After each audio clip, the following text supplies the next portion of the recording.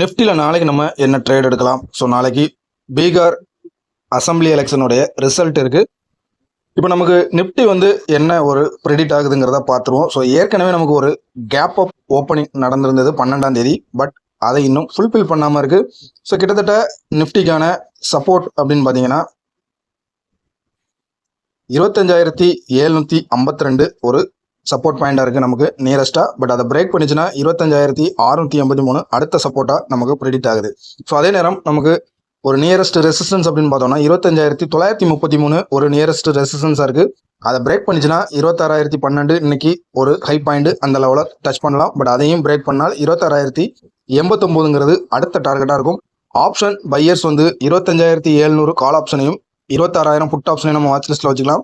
ஒரு break out இல்லை break down நடந்தால் மட்டும் நம்ம ட்ரேட் எடுப்போம். இந்த வீடியோ பிடிச்சிருந்துச்சுன்னா லைக் பண்ணுங்கள், நம்ம சேனலை சப்ஸ்கிரைப் பண்ணுங்கள். தேங்க்ஸ் ஃபார் த வாட்சிங்.